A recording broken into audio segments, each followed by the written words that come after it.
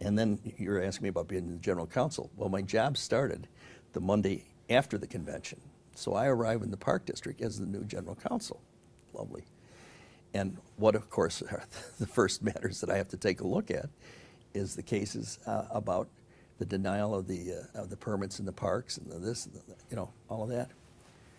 So it's a small law department. There's no structure to it or anything else. I'm ended up in the federal court, and as tough a judge as you could have, the lawyers for the ACLU and for different interests were Al Harris and they're best, first class lawyers, and me, wow. And of course, nobody in the Park District knew there had been a convention. I mean, everybody left at 3 o'clock. No witnesses, no papers. You couldn't find anything. So it was not the easiest case that I ever had. But Dave Goldberg and Al Harris and myself, I think we got to be friendly out of it.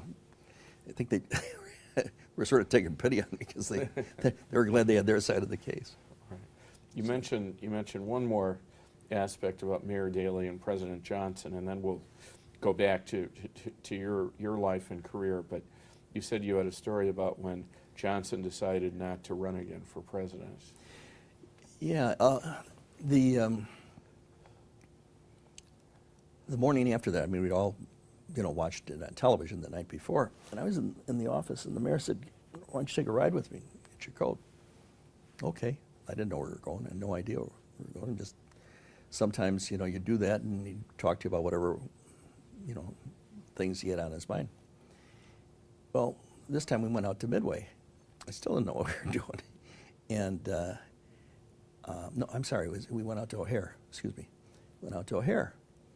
All of a sudden, what lands but Air Force One? Door opens. Lyndon Johnson comes down the stairs. Okay. The mayor walks up. He says, "Come on with me." So we're the two guys at the bottom of the stairs.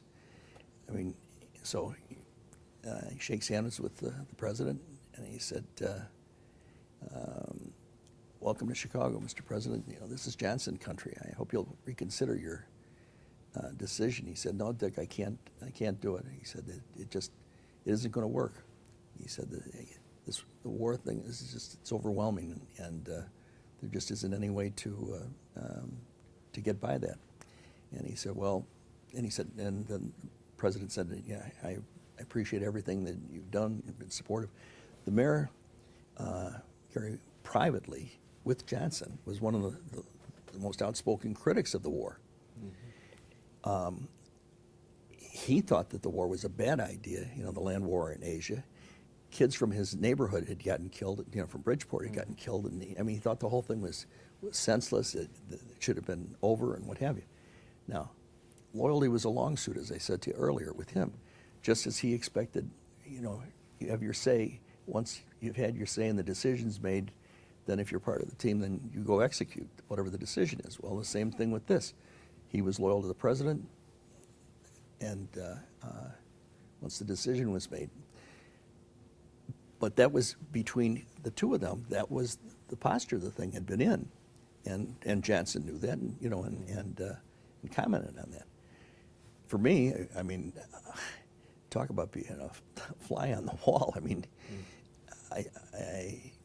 it just was an extraordinary moment to be there and to see this happen between the two, in many respects, most important people in the country, and the depth of it. And then if you take that back to the convention thing, yeah, with Air Force One on the runway and him thinking about coming back in to save the party and the country and all that kind of stuff, it's sort of interesting how things fit together.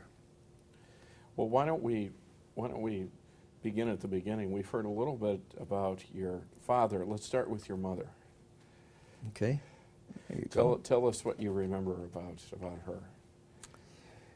Well, she was from the west side. My dad was from the south side, from 29th and Wallace. Mm-hmm. My mom was from the west side, from Holy Family Parish, just is next to St. Ignatius, and her maiden name was Hogan, and the other side of the family, the Grahams. And one of her, I think it was her uncle, I believe it was her uncle,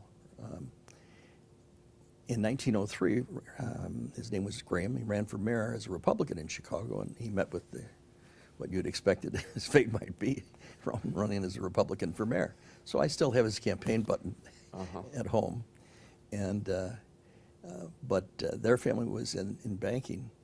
Her mother had been trained for Grand Opera, and my mother was a teacher, and was very involved in community theater, the community theater movement that was in all sorts of places in the city. When she moved up to Rogers Park, at St. Ignatius Parish, there is a 1,000-seat theater called the Loyola Community Theater, which is a very strange thing for a neighborhood theater.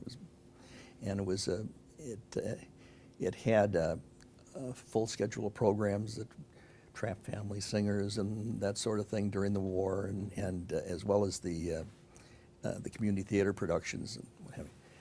So my mom, she originally came up to the north side to go to Holy Child High School, which was at 6525 Sheridan Road, where the dormitory is at Albion and Sheridan, the first dorm that was built for Loyola.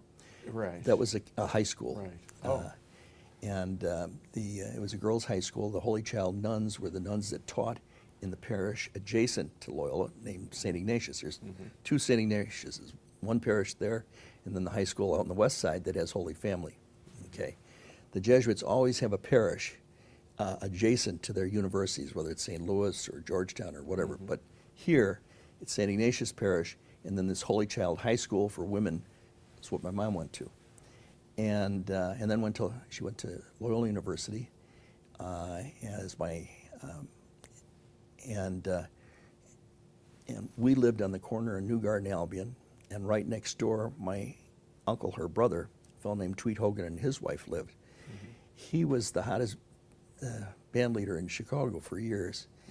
And we grew up in a family that was a combination of law, government, politics, show business, and then there's an advertising branch. The Republican branch was the advertising branch. One of my uncles started Campbell Ewald over in Detroit, and Chevrolet was his account, and he did the Dinah Shore and all that stuff. Anyway, we grew up next door to the Hogans, and when my uncle came off the road, when he got married, he married a woman named Monica Skelly. There was in the early movies, one of the big stars was a guy named Hal Skelly from Iowa.